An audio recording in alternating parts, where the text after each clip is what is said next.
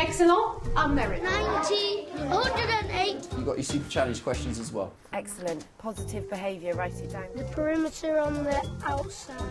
Thank you. For most of our students, ICT and multimedia are absolutely compelling. Producing a short film or a piece of multimedia around a topic can be absorbing and a creative way to assess learning. At the CTC Kingshurst Academy in Birmingham, science teacher Margaret Allport encourages her students to make short films with Windows Movie Maker, which not only motivates them but also really helps her to review a topic that she's been teaching. Today I want you to produce or create a video to demonstrate what you've learnt during this topic of classification. I'd initially do a recap of everything that has been taught throughout the topic. So for example, if it was classification, I'd break it down into perhaps areas that we'd covered through each week. They then would be given their assessment criteria. So normally about 4 criteria that I would like students to include in their video. They are compulsory, however it doesn't mean that students just have to include those, and often encourage them including any of their own extra knowledge and other details that we've discussed throughout the topic.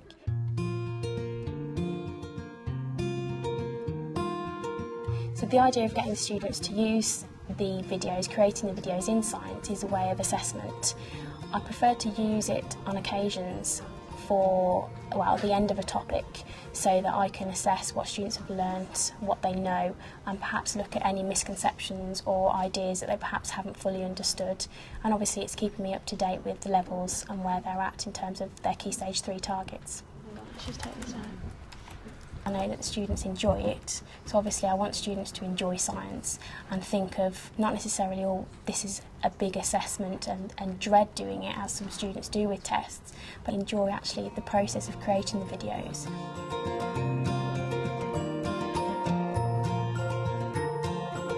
I prefer to watch the videos and be able to assess that, which is completely different to having to sit down and mark a big pile of test papers, for example.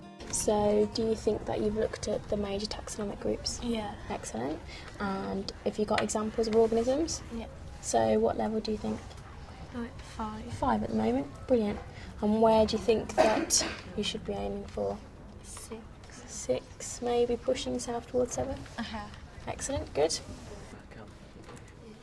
I wouldn't say that it has to necessarily be a very lengthy process in terms of the support that I need to provide for them. I know they do a little bit of work at home as well on the videos, and again that's improving their skills.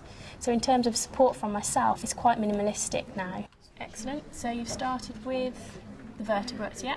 And you've got, which group have you done already? I think that all of the students in my class have really benefited from creating these videos. It makes me feel a little bit more excited about going into a lesson, because you never know really what the students are going to produce, and it's always something different. Okay, last few minutes then. Like I say, we're going to watch Emma's video. You don't need to write anything down, but I want you to be thinking and watching. If you were marking it, if you were assessing it, what level would you give it?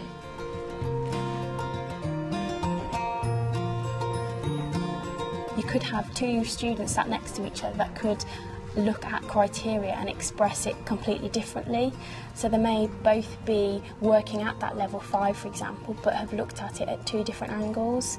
So yes, showing those videos, perhaps a student could sit there thinking, oh, I hadn't thought of that way of expressing the different groups, for example, of vertebrates. And that's great because it's increasing their knowledge and the information that they gain as well.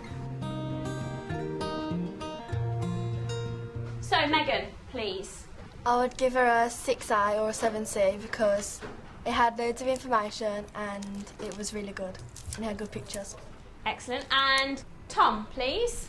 I'd say about 6A, 7C as well, because she did put quite a lot of information in, but she didn't really talk about the invertebrates that much, which she could have done better. Excellent, thank you. If they know they can show work that they've produced to a group of students of the same age and not get any negative feedback, actually get constructive feedback, then that's making them feel a lot happier and more content in their environment within the classroom.